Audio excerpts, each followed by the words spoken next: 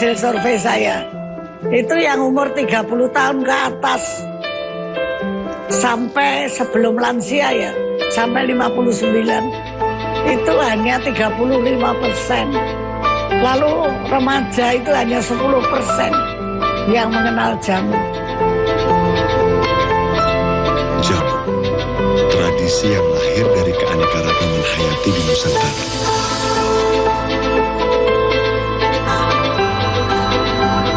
Jamu itu adalah satu-satunya di dunia. Sehingga seharusnya kita semua merasa bahwa jamu itu merupakan keunggulan bangsa Indonesia yang sulit disaingi bangsa lain.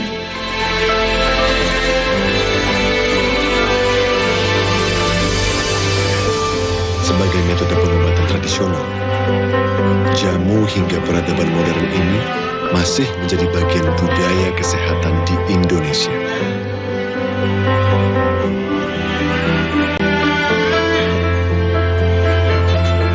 Jadi kesadaran bahwa kita itu memelihara kesehatan melalui minum jamu, itu memang betul-betul harus dicari caranya bagaimana supaya orang-orang muda berpikir seperti itu. Monika dan Tania, dua anak muda Jogja yang memutuskan untuk turut melanggengkan jamu sebagai tradisi kesehatan yang harus dijaga keberadaannya. Kalau menurutku, coba deh. Kalau menurutku kayaknya besok November itu kan tanggal 1 nih. Kita coba masukin fit pertama tanggal 1 tuh langsung foto Putri Indonesia gitu. Boleh. Soalnya kan karena Bagus nggak sih kalau kita campaign tentang jamu sebagai rahasia kecantikan Putri Indonesia? Iya itu oke banget. Soalnya menurutku lagi in banget kan. Kita tanggal 10 itu ada Hari Kesehatan Nasional. Dimana ini tuh bagus ketika kita bisa nge-blow up lagi nih. Cantik dan sehat itu merupakan salah satu ciri khas orang Indonesia gitu. Benar. Perempuan Indonesia gitu. Kayak gini sih juga bagus sih menurut aku. Yang ini ya? Modelnya. Iya bagus sih. Soalnya bagus banget sama tone-nya. Cocok ya. Iya tone-nya warm banget. Suka sih aku. Memanfaatkan teknologi informasi, Monika dan Tania mendistribusikan produk jamunya ke masyarakat.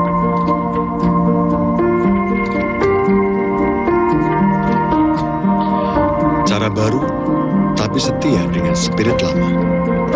Karena ramuan jamu yang dibuat Monika dan Tania adalah warisan dari nenek buyut Monika. Bahwa kita punya sesuatu yang sebetulnya merupakan mustika dunia. Sehingga sekarang memang yang harus diperbuat itu adalah kalau yang seusia saya, ya menulis buku apa yang dipikirkan. Kalau yang lebih muda, membuat audiovisual supaya penontonnya itu menjadi lebih banyak, peminatnya lebih banyak. Ketika kami kuliah, kami sering berorganisasi bareng, kemudian ikut lomba bareng, terus terpikir, yuk kita meningkatkan level pertemanan kita. Gimana kalau kita bikin usaha yang relate sama apa yang udah dilakukan keluarganya Monika, yaitu jualan jamu. Eyangnya Monika ini kebetulan adalah penjual jamu sejak 1950. Jadi Monika ini adalah generasi keempat dari eyang buyutnya.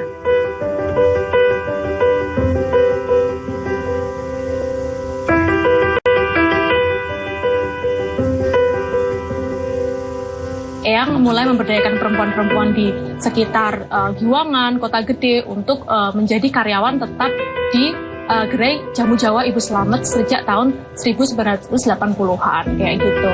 Dan sekarang ini saya melanjutkan Jamu Jawa Ibu Slamet, membrandingnya dengan kemasan yang lebih menarik, dengan sosial media yang dekat dengan anak muda dengan nama Jogjamu, jamu dari Jogja. Monika dan Tania dengan Jogjamunya adalah contoh bagaimana jamu diwariskan dari generasi ke generasi.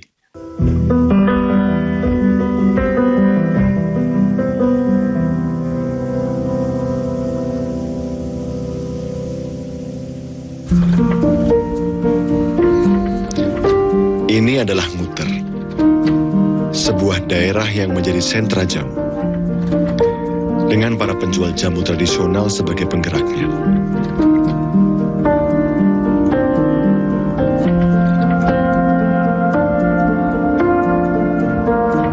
Tolong buatkan label yang cukup mencolok pada setiap penjual jamu gendong. Apakah dia pakai gendong, apakah dia pakai sepeda, apakah dia pakai motor, apakah dia pakai gerobak. Jamu gendong itu selalu datang dan selalu mengingatkan pada kita semua.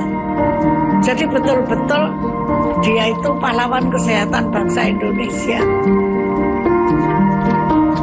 Sejak fajar tiba, Mbah Parinem sudah sibuk di dapurnya, mengolah berbagai rempah menjadi jamu, yang kemudian dikemas dalam botol. Botol-botol jamu itu dimasukkan dalam wadah, yang nanti akan digendong Mbah Parinem berkeliling seputar muter.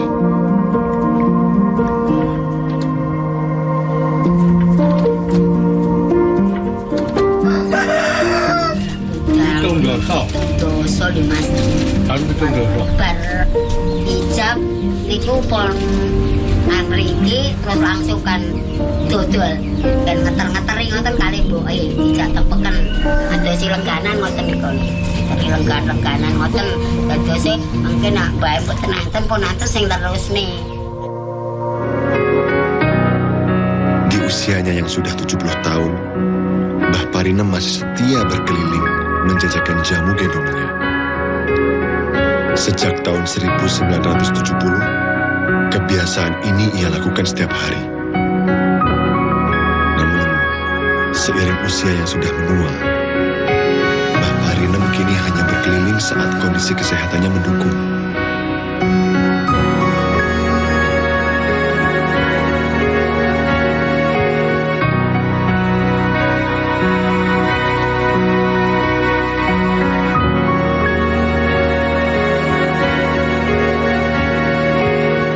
Dialah satu-satunya kelompok masyarakat yang selalu membuat jamu, menjual jamu dan mengantarkan kepada pelanggannya tanpa disuruh, tanpa dikasih transport, tanpa dioyak-oyak, tapi dengan setia. Bahkan setiap rumah dia ketuk, jamu nih mas, jangan lupa Pak, Bu minum jamu. Nah itu mereka kerjakan setiap hari. Kehadiran Mbah Parinem selalu ditunggu para pelanggannya.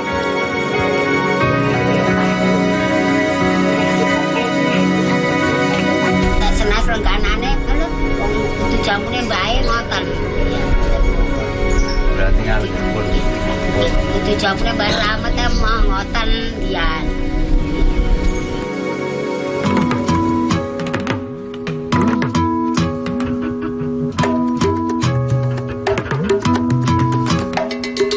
Sekian lama berkeliling Muter, jamu Mbah Parinem sudah dirasakan warga Muter dari generasi ke generasi.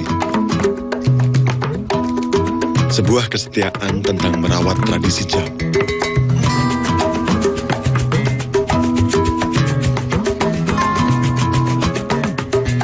Yen ibu nyusui kan nggih, jamu nggih nyusui. Terus iki kadang nggih bener asem. Nggih campur-campur, mboten mesti. Ramuan niku apa temulawak, terus kates, ngoten niku, ngoten kulit tawar, ngoten nyusui kan ya.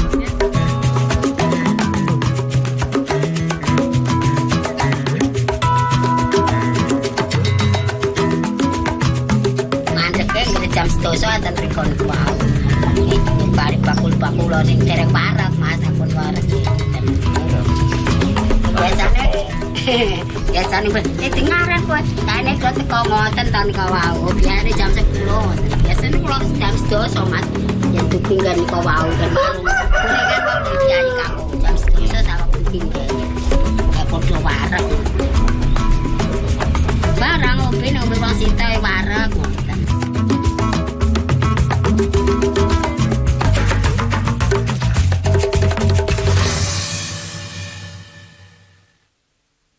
Jadi negara tinggalan leluhur kita itu banyak sekali yang itu. Misalkan obat-obatan, kalau bahasa Jawanya itu loro ki Gusti wis nyediane Mas Andi. Termasuk pegagan, sente, itu kan sudah ada, hanya kita yang kurang menggali. Lim Wensin dan Hadi Sumarto adalah warga masyarakat yang peduli dengan keberadaan tanaman obat. Mereka rajin mengajak masyarakat untuk menanam dan merawat tanaman obat di lingkungan rumah. Salah satu tanaman sebagai suplai nutrisi otak, salah satunya menggunakan pegagan selain tadi untuk luka luar. Jadi kemampuannya luar biasa.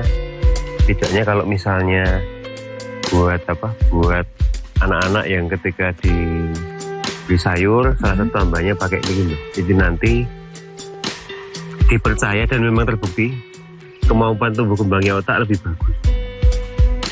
Mereka membangun sanggar tani dan menanam berbagai tanaman obat di sana. Tanaman yang bisa dikonsumsi sebagai ramuan tradisional atau sayuran untuk kebutuhan sehari-hari. Fungsinya untuk menghilangkan bau badan, terutama keringat. Supaya keringatnya lebih harum. Sebagai aktivis pertanian, Lim Wensin membantu Hadi Sumarto mengeksplorasi kekayaan manfaat tanaman obat yang diwariskan nenek moyang kita. Ini kalau setahu saya hanya bahan sayuran ini. Bahan sayuran? Ya, dia termasuk untuk urap segala itu. Bahan sayuran, pakan kambing. Ya. Nah, kalau di Tiongkok ini dipakai sebagai bahan dasar dari obat asam urat yang beredar di Indonesia. Betul. Betul. Jadi dia sayur ada tes pahitnya tambah ini. Kalau saya melihat jamu itu kan bagian dari rempah ya. Ya, itu dari satu komoditi yang lengkap ini saja. Kita itu bisa menguasai dunia. Lawang sekarang saja paling rendah nomor 4. Padahal dengan perhatian yang sekenanya. Nah, coba kalau kita serius, kita tekun, kita bekerja keras, ya pasti kita bisa. Dalam kehidupan masyarakat Jawa, kebiasaan menanam tanaman obat atau lebih dikenal sebagai empon-empon sudah dipraktekkan sejak dahulu kala. Di mana empon-empon seperti jahe dan kunyit biasa dikonsumsi warga saat kondisi badan dirasa tidak sehat. Beberapa warga malah menjadikan empon-empon sebagai produk usaha kecil, penopang ekonomi rumah tangga mereka. Hal inilah yang dilakukan kelompok wanita tani Mekar dari Ngelean, Sleman. Menjadikan empon-empon sebagai salah satu penopang ekonomi keluarga juga kerap disampaikan Profesor Dwiyati. Beliau adalah peneliti tanaman pangan. Saya tertarik penelitian kunir putih karena kunir putih yang saya teliti ini adalah aromanya mangga. Jadi saya sebagai orang pangan, orang yang mempelajari pangan dan ahli pangan gitu, sangat tertarik ada empon-empon kok aromanya pangan, aromanya mangga. Dan di S3 saya teliti di dalamnya ada apa kok kunir putih jenis mangga ini berkhasiat. Sampai saat ini saya masih penelitian terkait kunir putih jenis mangga ini. Ada sebagai anti diabetes, sebagai anti aging. Dengan sarana kunir putih hasil penelitian saya ini, alhamdulillah yang kolesterolnya tinggi itu bisa normal. Kolesterol normal 200 mg per dl misalnya. Kalau seseorang itu kolesterolnya 300, berangsur-angsur ternyata bisa normal di bawah 200. Yang trigliserid juga demikian, trigliserid bahkan ada yang 998. Padahal normalnya 150, berangsur-angsur ternyata bisa normal.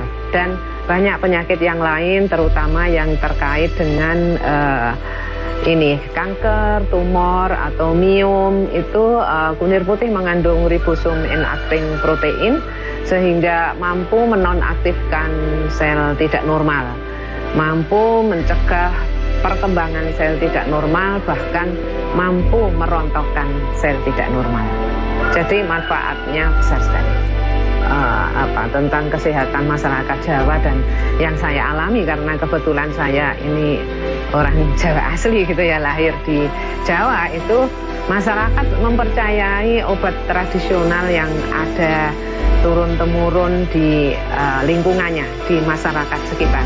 Saya beri contoh, misalnya pada saat anak atau anak-anak itu tidak nafsu makannya tidak ada atau badannya kurus, kemudian diberilah temulawak atau dijamoni temulawak HKA.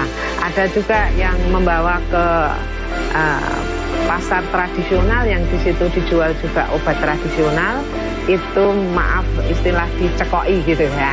Itu menurut saya sudah turun-temurun dari nenek moyang. Kalau anak tidak doyan makan, kurus, tidak sehat, maka diberi jamu sehingga nanti maemnya akan semangat, kemudian akan sehat. Kita harus selalu berusaha menunjukkan bahwa jamu kita, jamu dari Indonesia ini ada khasiatnya. Nah, khasiat itu selain dibuktikan, tetapi juga dibuktikan bahwa seseorang yang minum jamu memang lebih sehat, tetapi juga didukung oleh hasil-hasil penelitian. Jadi kenapa hasil penelitian saya yang saya buat produk ini dipercaya? Bahkan ada yang minum dekan, profesor, pembimbing saya dulu, kemudian ada anggota MPR misalnya, beli misalnya seperti itu, ya karena percaya ada dukungan penelitian bahwa yang diteliti itu menunjukkan khasiat. Ya itu sebagian karena kemajuan teknologi ya. Sudah ada yang kalau saya menyebutnya disaintifikasi. Karena katakanlah jahe, itu mengandung apa saja, bermanfaat untuk apa saja. Bertani pon-pon yang baik, bersatu, kemudian menghasilkan pon-pon yang bermutu. Itu tidak sulit, tapi harus ada kemauan keras. Karena kita ini bangsa yang besar dan bangsa yang agung. Contohnya warisannya ya jamu itu kalau untuk kesehatan. Orang lain nggak punya. Pasar kita itu masih terbuka sekali di tingkat dunia untuk jamu. Dalam filosofi Jawa, sakit merupakan penanda ketidakseimbangan hubungan antara tubuh dengan lingkungan. Sehingga proses penyembuhannya bisa dilakukan dengan memanfaatkan apa yang telah disediakan oleh alam.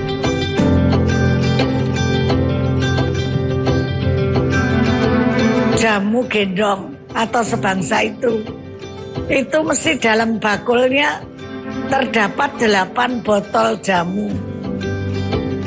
Apa maksudnya? Mereka selalu diajari oleh nenek kakeknya bahwa penyakit itu bisa datang dari 8 penjuru mata angin. Tidak hanya 4, tapi 8. Karena ada barat laut, barat daya, timur laut, tenggara. Jadi ditambah utara selatan ini menjadi 8. Dan orang Jawa selalu ngitung yang ke-9 itu manusianya. Sehingga menurut filosofi orang Jawa itu kan selalu punya petangan. Apapun itu ada hitungannya. Termasuk minum jamu itu. Jadi kalau sudah 9, itu sudah nggak bisa tambah lagi. Karena kalau ditambah 1 lagi sudah jadi kosong. Ke 1 dan kosong. Ya kan? 10. Jadi 9 dengan orangnya. Itu sudah termasuk sesuatu yang sempurna untuk menangkal penyakit. Di tengah lajunya peradaban, jamu masih terus bertahan hingga kini.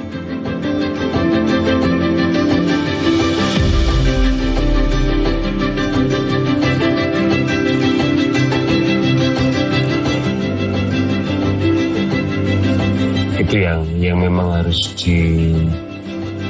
dilestarikan juga, dimulai dikenalkan lagi ke anak-anak saya, ke cucu-cucu jenengan, Mbah.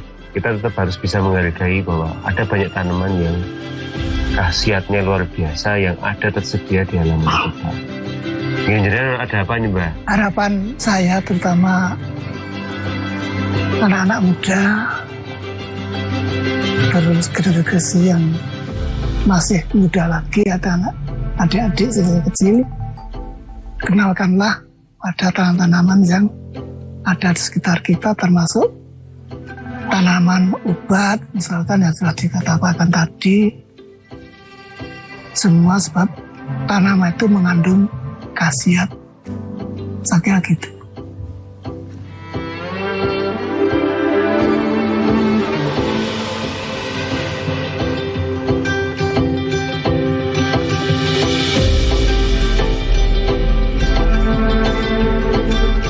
Negara-negara bangsa-bangsa yang hidup di belahan dunia timur itu dibandingkan dengan yang dari barat sama-sama dilanda modernisasi, kualitas hidupnya menurun, tetapi yang di timur itu menurunnya lebih landai, alias kualitas hidup bisa dipertahankan lebih lama. Karena apa?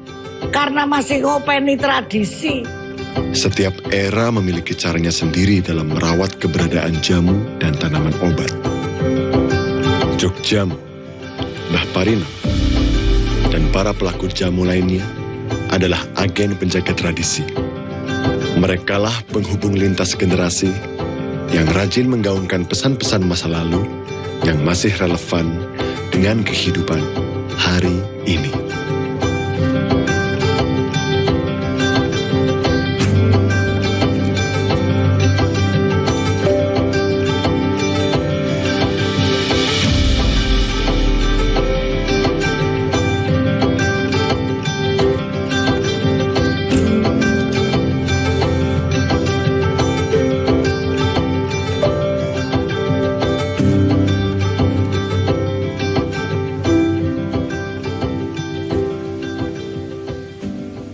Selamat berjumpa dalam program Jatim Gaspol, Gagasan Politik Jawa Timur.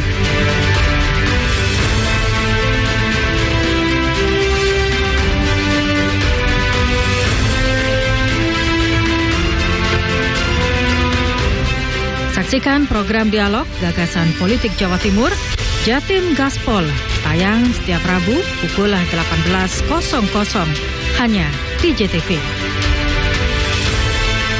Hingga Kamis sore, banjir di Desa Rejosolor belum surut dan ketinggian air mencapai 1 meter. Karya mahasiswa semester 3 ini dibuat untuk siswa berkebutuhan khusus. Pelaku berhasil ditangkap anggota Jatanras Polda Jatim di wilayah Madiun. Tempat ini menjadi salah satu pilihan bagi masyarakat yang ingin menikmati liburan akhir pekan bersama keluarga.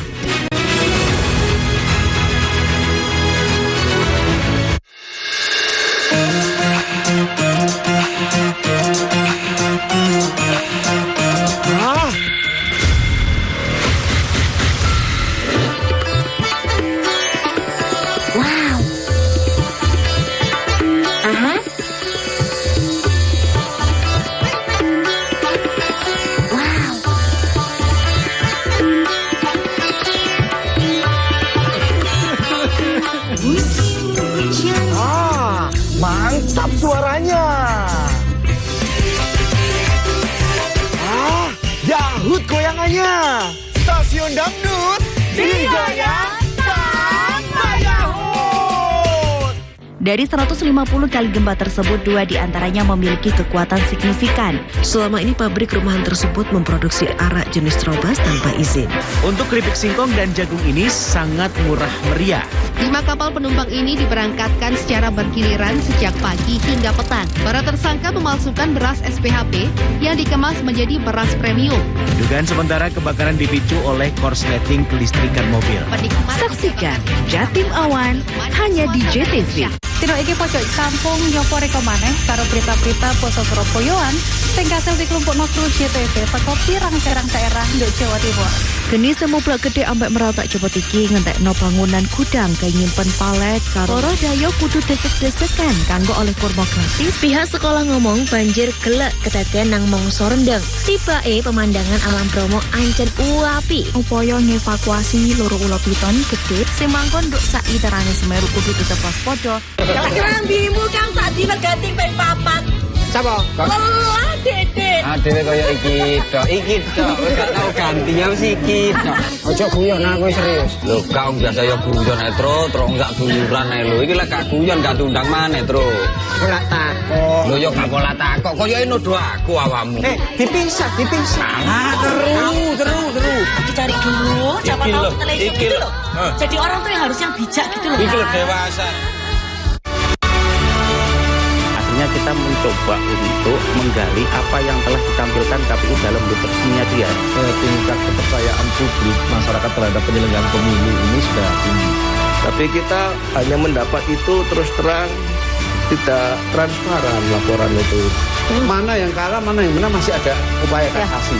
Mudah-mudahan besok bisa memberikan hasil yang melegakan. Benar, berdampak baik pada semuanya lah ini nantinya. Bagi Megawati, gelar MVP putaran ketiga ini adalah gelar MVP untuk kedua kalinya. Nikola Jokic mencatat triple-double di angka 23 poin, 17 rebound, dan 15 asis.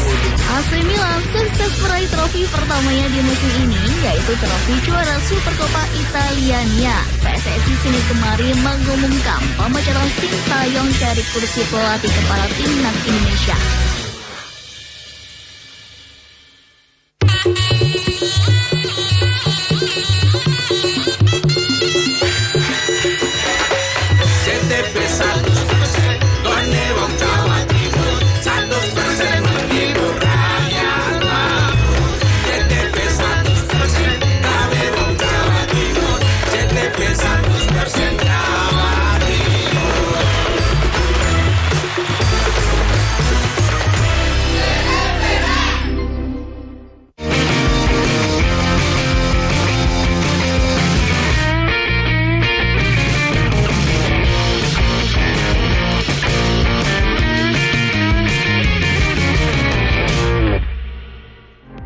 Kali ini saya punya referensi bagi Anda pecinta bubur ayam. Mungkin Anda bisa mencoba bubur ayam yang satu ini.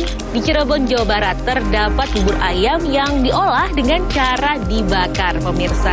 Dan Anda pun bisa menambahkan penyajian bubur ayam dengan tambahan daging ayam, daging sapi, ataupun ikan.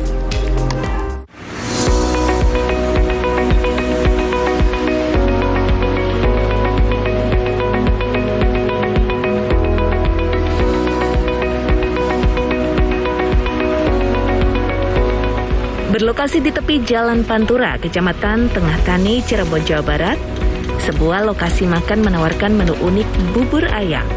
Aroma bubur yang diolah dengan arang kayu ini membuat pembeli tak sabar mencobanya. Biasanya bubur disajikan langsung dengan kaldu dan irisan daging ayam. Namun di sini bubur dibakar terlebih dahulu. Setelah aromanya semakin wangi, bubur diberi tambahan lauk. Lalu kembali dibakar sampai mendidih. Bubur dihidangkan selagi panas. Proses ini membuat cita rasa bubur semakin kuat dan gurih, sehingga berbeda dengan bubur pada umumnya. Bubur bakar yang orinya, yang ayam. Gimana rasanya? Panas. Panas banget yang pasti, tapi rasanya enak, nikmat. Pedagang bubur bakar Heni Irawati mengungkapkan, ide penyajian bubur dengan cara dibakar ini bermula dari keinginannya menyajikan menu makanan unik. Kini dalam sehari, Heni mampu menjual puluhan porsi bubur bakar. Yang luar biasa, aneh dia bilang. Enak gak?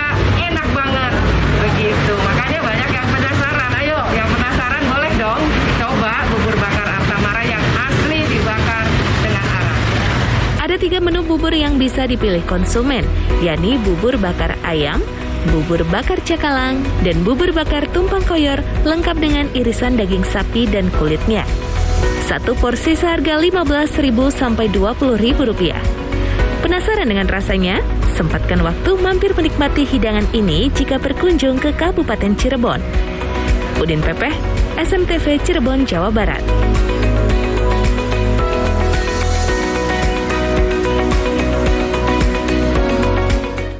Masih seputar bubur pemirsa, sebuah warung makan di Kabupaten Tuban, Jawa Timur menyediakan bubur sagu khas pedesaan.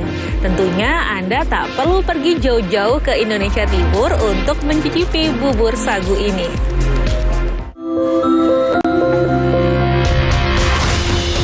Deretan pohon sagu ini bukan berada di kawasan Indonesia Timur. Pemandangan ini dapat ditemukan di sepanjang aliran Sungai Desa Tahulu, Kecamatan Merakurak, Kabupaten Tuban. Eksotisme perkebunan sagu ini pun menjadi tujuan warga lokal untuk melepas penat saat akhir pekan. Selain menikmati keindahan alam dan kesejukan udara alam sekitar, pengunjung juga kerap berburu kuliner khas. Namun bukan makanan mewah dan mahal, melainkan berupa bubur sagu. Jajanan bertekstur lunak ini diolah secara tradisional dengan resep turun-temurun. Rasanya yang khas manis gurih membuat bubur sagu banyak diburu warga. Terlebih bubur dapat disantap langsung di tengah perkebunan sambil menikmati eksotisme alam sekitar. Selain kenyang, pengunjung dipastikan betah berlama-lama melepas penat. Rasanya gimana? Manis, ada gurihnya juga lembut. Cocok buat anak kecil. Harganya berapa? Biasanya 5.000 per mangkoknya. Ini sering Mbak berburu sagu sini? Sering kalau main ke sini, kebetulan rumahnya juga dekat sini. Proses pengolahan sagu dilakukan secara manual tanpa campuran bahan pengawet maupun pemanis buatan. Bahkan, pembeli bisa menyaksikan secara langsung. Sebab warung berada di kawasan wisata Kebun Sagu Pelang. Tak hanya warga sekitar, mayoritas pembeli merupakan wisatawan. Makanannya tadi itu namanya apa, Bu? Bubur sagu. Itu membuat bubur sagu itu resepnya dari mana? Dari orang tua dulu, dari sesepuh orang dulu pokoknya. Itu bahannya dari mana itu? Bahannya dari sini. Ini diolah sendiri kebun sagunya ya? Iya betul ya, diolah sendiri. Biasanya yang beli ke sini siapa, Bu? Sama pengunjung. Pengunjung wisata Pelang sini ya? Iya. Itu dijual berapa, Bu? Satu mangkok 5.000. Tertarik mencoba? Warung sederhana ini berada di sentra perkebunan sagu yang berjarak sekitar 7 km dari pusat kota. Untuk mencicipi seporsi bubur sagu, Anda hanya cukup membayar Rp5.000. Husni Mubarok, JTV Tuban, Jawa Timur.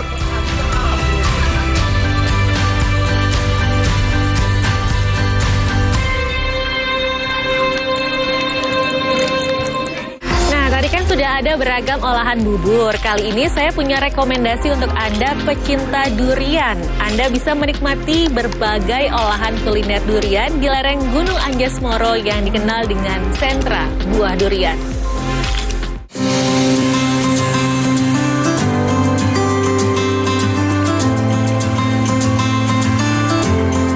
Rumah makan Bukit Durian di kawasan Wonosalam, Jombang, Jawa Timur menyajikan menu baru yang terbilang unik bernama sambal ketan durian. Menu baru ini banyak diburu warga, apalagi banyak penyuka buah durian. Menu pedas bercampur gurih dan legit menjadi favorit pengunjung. Dalam penyajiannya, pelayan selalu memilih durian spesial khas Wonosalam. Kemudian durian disajikan dengan ketan hitam atau ketan putih, lalu dicampurkan cairan fla, kemudian ditambah keju dan bumbu pedas khas ketan sambal. Lili Khoiria, salah satu penikmat ketan sambal durian, mengatakan menu baru ini cukup menggoda lidah. Ketan durian yang benar-benar mantul, duriannya itu tebal dan asli durian Wonosalam, ditambah lagi dengan ini ketannya, ketan hitam yang lumer banget dengan fla yang manis, rasanya benar-benar mantul. Sementara Sri Wulandari, pemilik warung ketan sambal durian, sengaja meramu ketan sambal untuk menciptakan varian baru menu durian agar tidak monoton. Ia mampu menjual ketan sambal durian 30 hingga 50 porsi per hari. Karena daerah Wonosalam ini kan produknya khas durian. Jadi kita bikin menu yang lain daripada yang lain, yaitu ketan sambal durian. Gimana animo pembeli? Sangat antusias, alhamdulillah. Pengunjung dari luar kota jauh-jauh ke sini hanya untuk menikmati ketan sambal durian. Durian lokal Wonosalam, Kabupaten Jombang yang memiliki rasa manis pahit menjadikannya sebagai buruan para pecinta buah durian dari berbagai wilayah. Namun, kini stok durian di Wonosalam terbatas karena cuaca ekstrem yang membuat banyak pohon gagal panen. Keterbatasan stok inilah yang muncul ide memadukan durian dengan ketan sambal yang sudah familiar di Kabupaten Jombang. Saiful Mualimin, Jombang, Jawa Timur.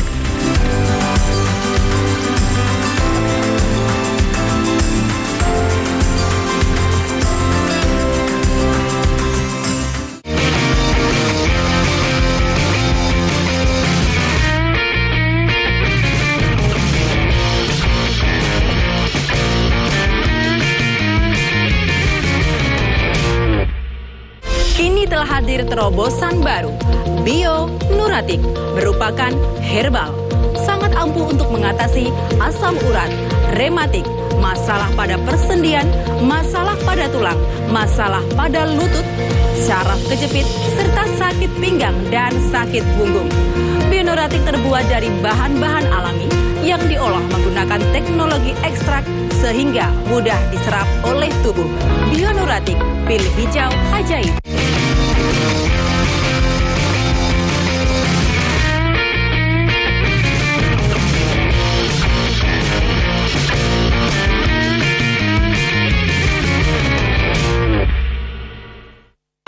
Pemirsa, biasanya buah kurma tumbuh di Jazirah Arab. Namun ternyata di Cilegon, Banten ada seorang petani yang berhasil membudidayakan kurma di kebunnya hingga berbuah.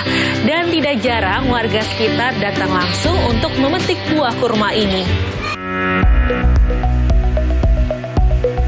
Di Cilegon, Banten ada seorang petani yang berhasil mengembangkan tanaman kurma. Jika biasanya kurma tumbuh di Jazirah Arab, namun di tangan Hendra Andiarto, pohon kurma tumbuh subur di Kelurahan Cikerai, Kecamatan Cibeber, Kota Cilegon, Banten. Menurut Andiarto, budidaya kurma sudah ditekuninya sejak 5 tahun lalu. Hingga kini, terdapat 50 batang kurma berhasil ditanam. 10 pohon kurma saat ini telah berhasil dipanen dengan hasil yang cukup memuaskan. Manisnya tidak kalah dengan kurma dari Jazirah Arab. Meski demikian, kurma ini belum dijual ke pasaran karena masih dalam tahap pengembangan, sehingga hanya dinikmati sendiri dan warga sekitar. Kurma itu katanya mitosnya itu susah berbuah di Indonesia. Kita udah ratusan tahun, tidak bisa ada kurma yang berbuah di Indonesia. Tapi setelah kita pelajari, kita tanam, ternyata bisa. Bahkan kita kalah dari Thailand dan Australia. Australia dan Thailand sudah 10 tahun lebih maju mereka mengembangkan kurma. Padahal iklimnya sama dengan kita kan, tropis. Mungkin kalau Australia mungkin subtropis ya. Tapi kalau Thailand, kayak India itu kan iklimnya tropis. Indonesia tropis. Perawatannya gimana, Pak? Perawatannya sama seperti tanaman palem lainnya ya, kayak sawit, kayak kelapa. Cuma kan kalau di Indonesia itu orang tanam kelapa, tanam aja tumbuh berbuah. Nah, kalau kurma itu tidak bisa seperti itu. Jadi ditanam harus diperhatikan juga pupuknya, nutrisinya, juga perawatannya, terutama penyakitnya. Sejumlah jenis kurma ditanam di kebun ini, seperti kurma jenis Ajwa, Kholas, Barhi, hingga kurma jenis Tunisia. Hendra berharap budidaya kurma ini bisa dikembangkan petani lokal lainnya, sehingga dapat menjadi perekonomian baru bagi masyarakat sekitar. Dede Supandi, JPM TV, Cilegon, Banten. Jika tadi ada buah kurma, selanjutnya ada buah khas kota Jakarta yang kini mulai sulit ditemukan, yakni salak condet.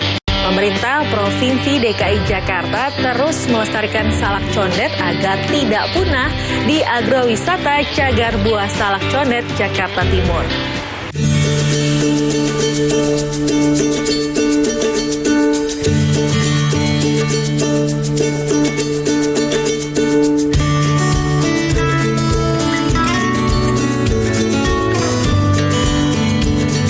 Agrowisata Agrowisata Cagar Buah Condet, Jakarta Timur menjadi salah satu tempat konservasi yang dikelola oleh Pusat Pengembangan Benih dan Proteksi Tanaman Dinas KPKP Pemerintah Provinsi DKI Jakarta.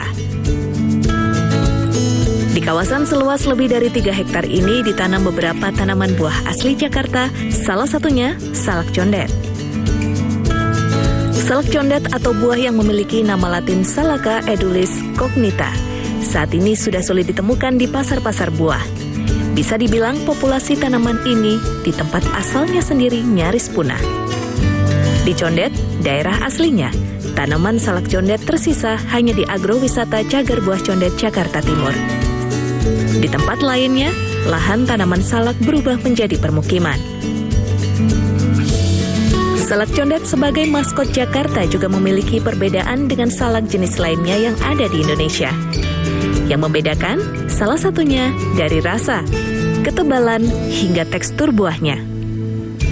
Dimana kalau ciri-ciri salak condet itu ya dari mulai kulitnya itu tersusun rapi, warnanya kuning ke coklat-coklatan, kemudian bersusun secara rapi seperti genting itu ya. Kemudian si dagingnya tebal ya, kemudian bijinya agak kecil ya. Nah, beda dengan salak sakla yang lain. Kemudian rasanya manis ya. Agak asam-asam dikit ya, sehingga menimbulkan kesegaran dan berbeda dengan salak-salak yang lain gitu ya, dan lebih renyah gitu, lebih renyah salak condet itu gitu.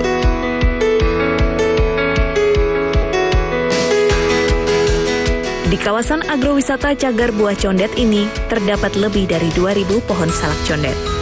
Uniknya, buah salak di sini terus berbuah tanpa menunggu musim panen. Kapanpun pohon salak di kawasan konservasi ini bisa dipanen. Hal ini agar para pengunjung atau masyarakat datang ke kawasan ini bisa mempelajari dan merasakan langsung buah salak condet khas DKI Jakarta.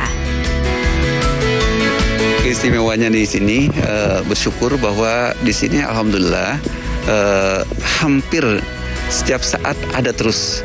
Jadi nggak panennya nggak serempak, karena kita buat seperti itu. Kenapa? Kalau misalkan dibuatnya sekali panen, itu nanti pada saat ada yang berkunjung sini nggak ada, cuma nama doang. Tapi ini kan terus-terusan ada. Jadi bertahap terus. Mudah-mudahan hampir tiap waktu ada terus salak condet yang bisa dicicipi di sini.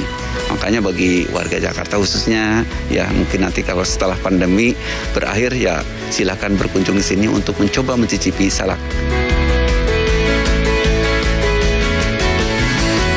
Dalam melestarikan dan membudidayakannya, ada perawatan khusus untuk pohon salak condet agar menghasilkan buah yang baik. Pemberian pupuk kandang 2 kali dalam 1 tahun dan terus menjaga kebersihan pohon agar tidak terjadi pembusukan buah salak. Kita memang pohon salak ini harus rapi dan bersih agar supaya ngapa? Bunganya itu nggak busuk di saat dia mau berkembang. Nah, gitu. Karena kita di sini kan nggak cuma pohon salak yang ditanam, ada pohon duku, melinjo, kecapi, gitu dan sebagainya. Ada pucung juga. Nah, kalau bunganya seperti ini sambil dijalani, kalau bunganya seperti ini ketutup sampah nanti kan busuk, gitu. Nggak bisa kita menghasilkan buah dengan baik. Agrowisata Cagar Buah Condet bukan hanya tempat wisata semata. Kawasan ini merupakan tempat konservasi untuk menjaga agar buah yang menjadi maskot Jakarta tidak punah. Dan masyarakat bisa ikut melestarikan salak condet dengan meminta bibit pohon salak condet secara gratis melalui geopenstreetmap.id/dkpkp. Devri Novaldi, Arisandi, CPM TV.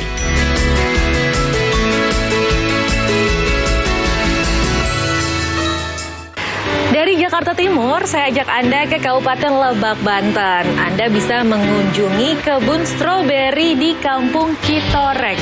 Pengunjung yang datang bisa langsung memetik buah stroberi atau dibawa pulang.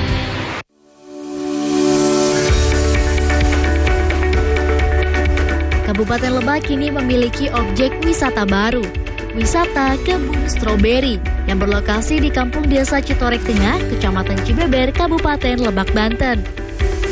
Di lahan seluas 1.200 meter, terdapat 3.000 pohon stroberi milik kelompok tani Mutiara Bumi. Lokasinya yang berdekatan dengan wisata negeri di atas awan Gunung Luhur menjadi daya tarik warga untuk berkunjung. Di Argo Wisata Stroberi ini, pengunjung bisa memetik langsung stroberi atau dibawa pulang. Harganya Rp40.000 per kilogram. Selain itu, warga juga bisa membeli bibit stroberi dengan harga Rp5.000 per polybag. Jika ingin bibit yang sudah berbuah, harganya lebih mahal, yakni Rp25.000 hingga Rp30.000. Pengelola wisata kebun stroberi Agus Triyatna mengatakan, kebun stroberi ini sudah berjalan selama 4 bulan. Selain membeli buah dan bibit stroberi, lokasi ini juga dijadikan objek bersuah foto. Sejak mulai awal panen, itu wisatawan mungkin tujuan awalnya mereka mau ke Gunung Luhur, melihat ada kebun stroberi di sini, mereka mampir, ada yang hanya foto-foto, ada yang beli buahnya, bahkan banyak yang beli benihnya juga, Pak. Benih yang kecil-kecil, itu kita jual Rp5.000 per benih, yang sebesar ini kadang-kadang ada yang minta juga. Ini yang udah berbuah katanya dia minta, kita jual aja Rp25.000 sampai Rp30.000. Salah satu pengunjung, Desi Amalia, mengaku sangat senang bisa langsung memetik dan menikmati buah stroberi. Sangat senang ya, karena kita bisa memetik stroberi dengan sepuasnya, bisa memetik stroberi sendiri gitu. Sengaja kesini atau gimana? Iya sih sebenarnya, sengaja kesini. Dan untuk kedepannya seperti apa?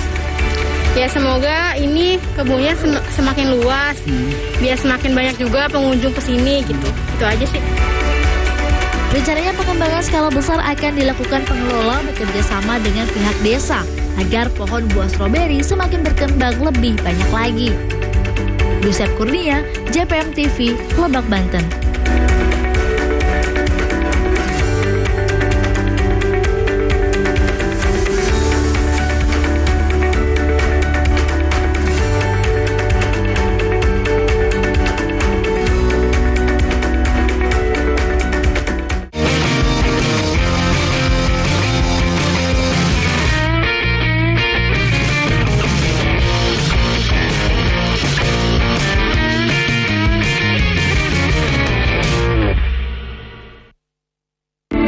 Prosifa sudah terdaftar resmi di Badan POM dan memiliki sertifikat halal MUI, terbukti aman tanpa efek samping. Seminggu saya konsumsi rutin Prosifa, akhirnya bisa sembuh. Saya dulu sering mencoba produk-produk lain, tapi hasilnya tidak nyata seperti produk Prosifa ini. Ingin sehat? Minum Prosifa.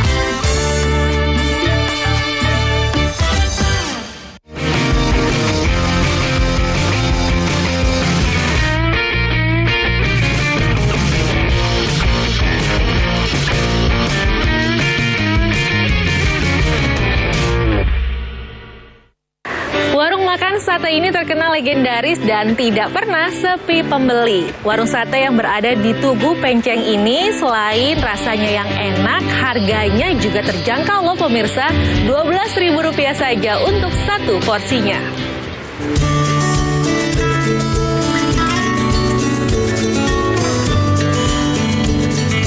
Warung sate legendaris yang ada di pertigaan Tugu Penceng, Desa Menganto, Kecamatan Mojowarno, Jombang ini tidak pernah sepi pembeli. Warung sate ini telah berdiri puluhan tahun hingga generasi kedua. Selain rasa yang pas di lidah, harga yang dipatok juga sangat terjangkau, yakni Rp12.000 per porsinya. Dengan harga tersebut, para penikmat sate ini sudah bisa mendapatkan menu sate daging lengkap dengan kuah gulai dan 5 tusuk sate. Lukman, salah satu pelanggan, mengaku merasa cocok dengan masakan dan harganya. Dirinya sudah 2 tahun ini menjadi pelanggan setia warung sate ini. Sudah mas, sudah 2 tahunan.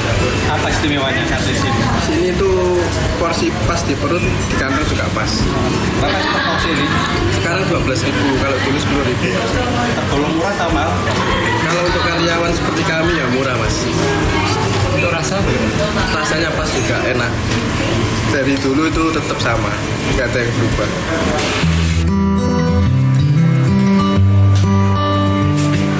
Hainun Yania, pemilik warung sate, mengaku setiap harinya bisa menghabiskan daging hingga 80 kg. Untuk menyiasati harga yang terjangkau, satu porsi sate dicampur daging dengan hati sapi dan lemak daging sapi. Sate ini legendaris Mas, mulai ibu saya, terus ibu saya diberi sama saya.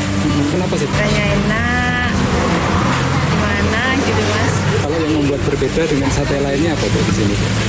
Bumbunya kayak ini Mas, beda rasanya. Dari harga Bu? Dari harga dulu 10.000, sekarang jadi 12.000, soalnya semua naik. Warung sate daging sapi ini berada di Jalan Kabupaten Jombang yang menghubungkan Cukir Mojowarno, menjadi akses warung ini mudah dijangkau. Saiful Mualimin, JTV Jombang, Jawa Timur.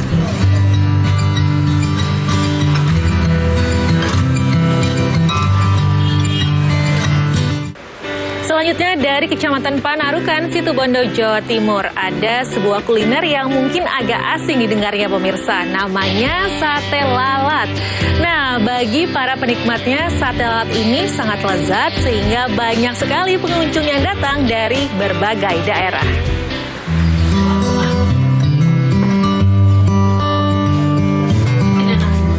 Warga di Desa Ruingin Anom, Kecamatan Panarukan, Kabupaten Situbondo, Jawa Timur mayoritas bekerja sebagai penjual sate lalat.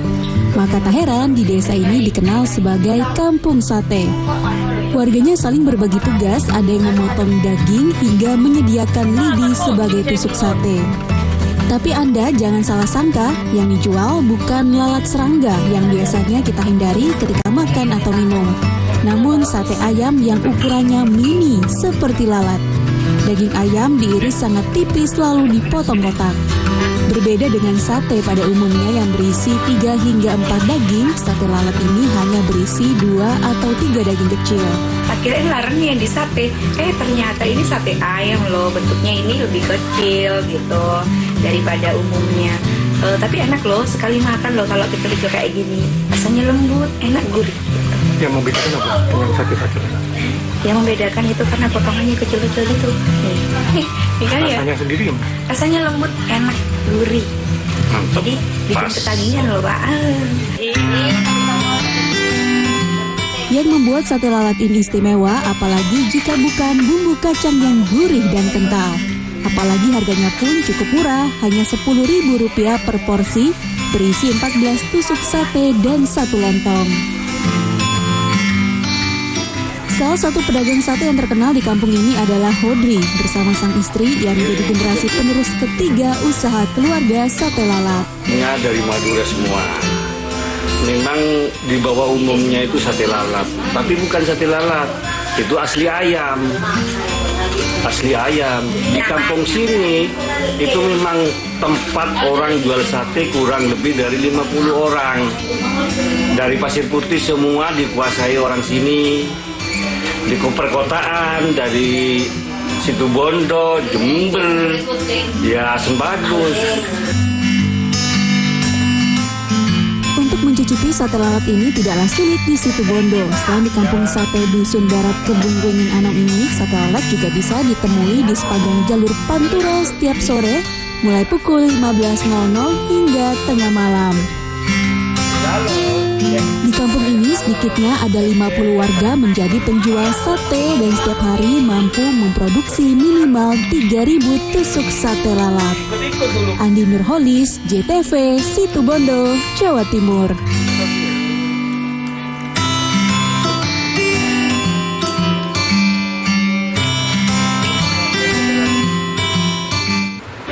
Pemirsa, bagi Anda pecinta seafood mungkin bisa mencoba kuliner andalan dari Pantai Kelapa Tuban, yakni kepiting keroyokan.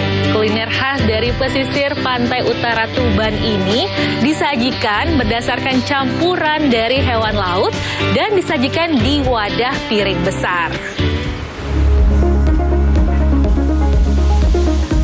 Ingin menikmati kuliner khas pesisir utara Tuban dengan pemandangan pantai kelapa nan eksotis? Anda bisa datang ke Seafood Pantai Kelapa di Desa Panturan, Kecamatan Palang, Kabupaten Tuban.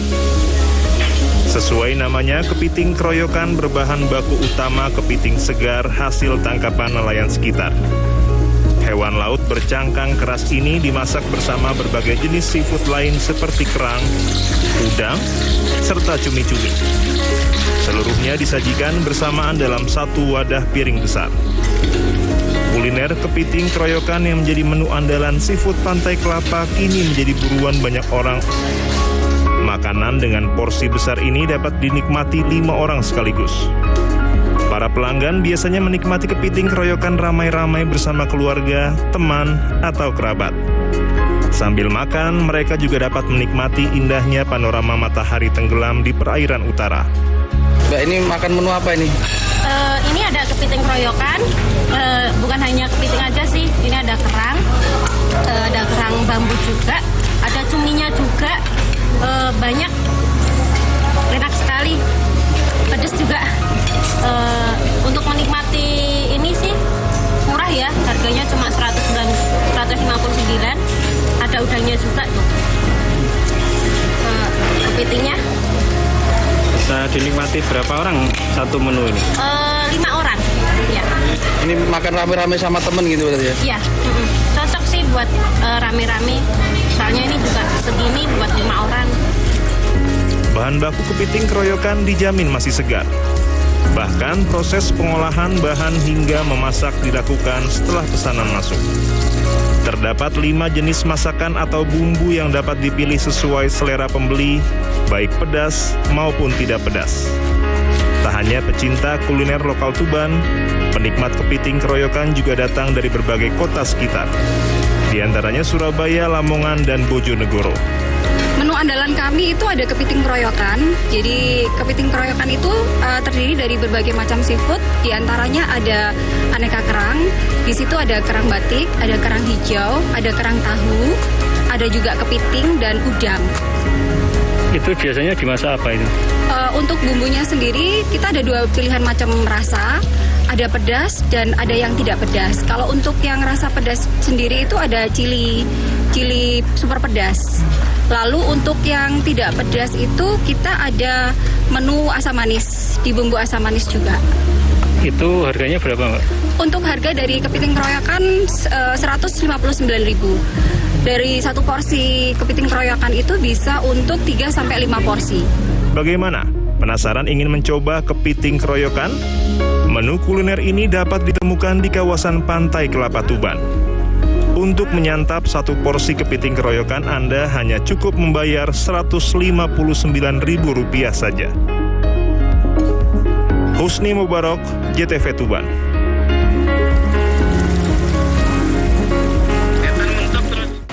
Nah, itu dia tadi pemirsa beragam menu kuliner yang dapat kami hadirkan untuk menjadi referensi Anda. Dan sudah saatnya saya Cahyani Dean untuk undur diri. Sampai bertemu kembali di Jelajah Kuliner selanjutnya dan sampai jumpa.